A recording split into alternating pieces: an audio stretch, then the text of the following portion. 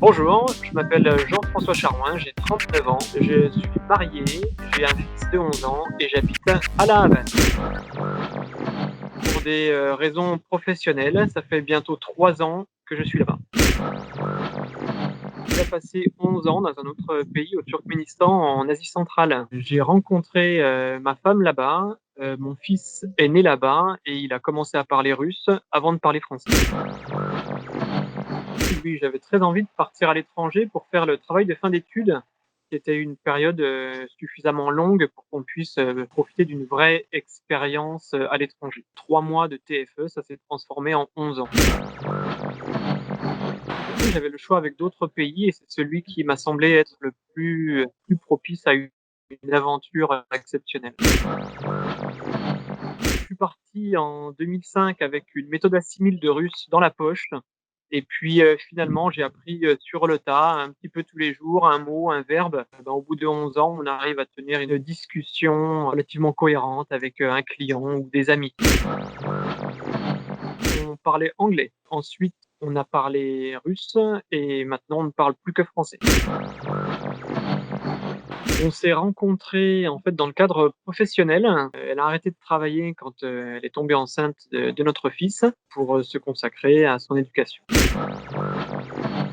J'étais parti en randonnée avec un collègue.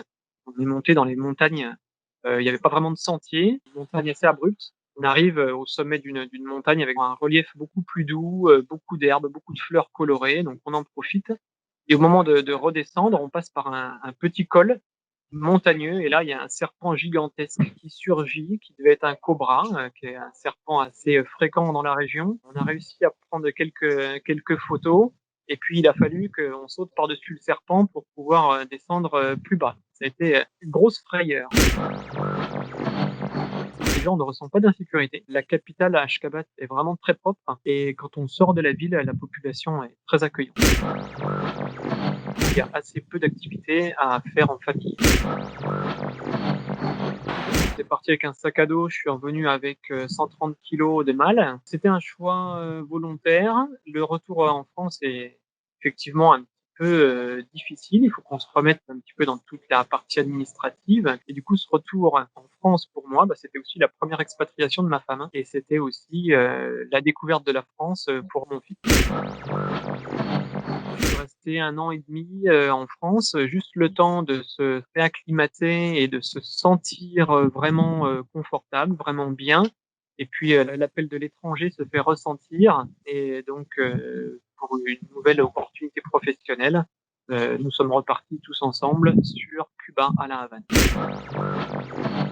On arrive à La Havane, bien sûr, c'est le survol de la ville, en avion, donc ça ne ressemble pas du tout à une ville européenne. On ne retrouve pas des grands axes routiers, éclairés, on voit des petites lumières par-ci par-là. Ensuite, on descend de l'avion, donc on est dans un avion de tourisme, sauf qu'on fait partie des rares personnes qui posent les pieds sur cette terre et qui savent qu'ils vont pas repartir dans 15 jours. C'est déjà la première sensation de se faire un petit peu aspirer par ce nouveau pays, par cette nouvelle terre. Je parlais un petit peu au collège, un petit peu au lycée et puis après, 11 ans de russe, effacent un petit peu, les souvenirs. Mais, j'ai repris quelques heures d'enseignement, avant de partir sur la Havane. On s'aperçoit malheureusement en arrivant à Cuba que l'accent, la vitesse, d'expression des gens ici, fait qu'on ne comprend vraiment pas grand chose au départ et qu'il faut entre 3 et 6 mois pour se sentir bien, en espagnol. Il y a un temps qui est quand même, assez long où on doit s'adapter au pays, s'habituer. On rencontre beaucoup de problèmes, notamment liés, à la nourriture. Il faut bien 1 an pour, prendre ses marques quand on vit sur la Havane. Mon fils, du coup, il est dans l'établissement français, de la Havane. Il y a un grand établissement qui couvre de la maternelle jusqu'au baccalauréat. Le petit truc rigolo, c'est qu'il a retrouvé, des copains avec lesquels il était au Turkménistan.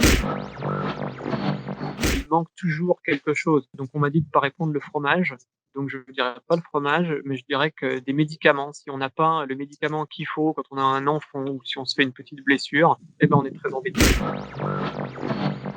Le climat, et la plage, toujours à portée de main et du coup des hivers qui sont, plus que doux. 2e, point positif, c'est qu'il y a beaucoup de terrasses, dans la Havane avec des vues magnifiques sur la vieille ville ou bien sur des couchers de soleil absolument sublimes. Troisième point positif, c'est que l'art est très présent dans la ville, sous forme de peinture, de sculpture, de musique.